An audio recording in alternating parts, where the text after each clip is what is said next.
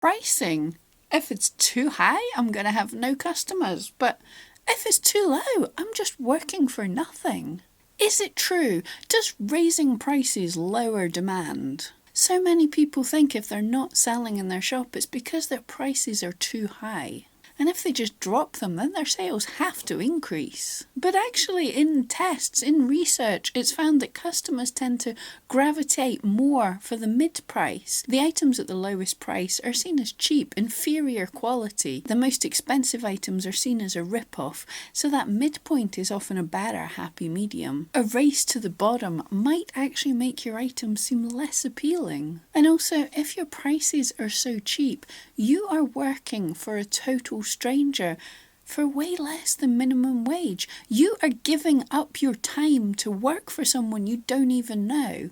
Is that really worth it? Don't tell everyone, but I've got a little secret. My new shop that this series is about, I'm talking about how to open a new shop in 2019, 2020. My new shop is already open quietly, don't tell anyone. And I've put up a few listings at my price that I'm happy with, and I put up one listing at a super secret low price, and it's not getting any more views or sales, as I knew it wouldn't. Often people think if they just drop prices, it can get the momentum going, it can start to get sales going, but you might just be robbing yourself of customers that were going to buy from you in the future anyway. It also starts to teach your customers to wait, to not buy just now, because you're always having a sale. Now, I'm not telling people what to do or what not to do.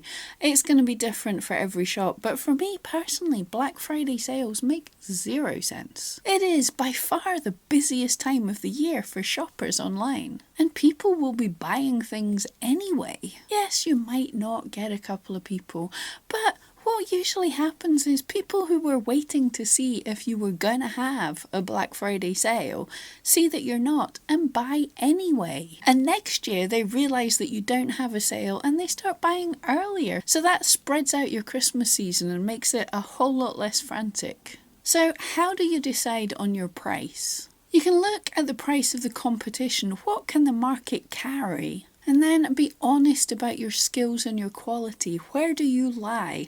I am for sure not the best out there, so I can't charge that premium that the top creators can. And now calculate your cost to manufacture.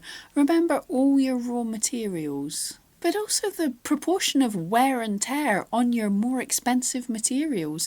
Some of these things are not going to last forever and will need to be replaced. And then decide a fair price that you need for your time.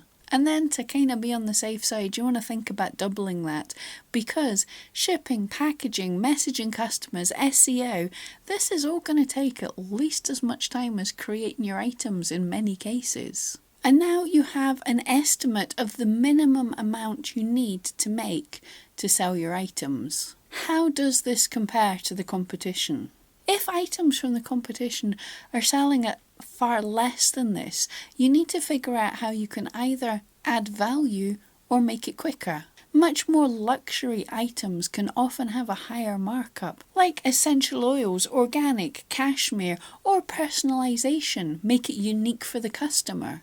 Make smaller items. I found this with my needle felting. I found I could make a small dog, and that took about half the time of making a larger dog, and they still looked cute and they still had fantastic detail, but I could make it so much faster. Or perhaps find different manufacturing methods. Is there a different machine that can make this better for you? Or improve your skills by investing in a course. Some types of items do struggle to make a really decent hourly wage. And if that's the case, if that's your passion, what you make, consider selling kits or tutorials about that item. Some of the biggest shops on all things on Etsy tend to be supply shops. Or sadly, sometimes you've got to look in a different direction.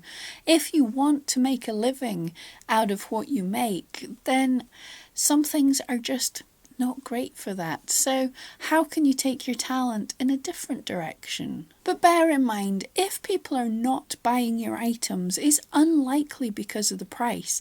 It's more likely because they're not seeing them. Consider working on your SEO and photography as more of a priority than dropping your prices.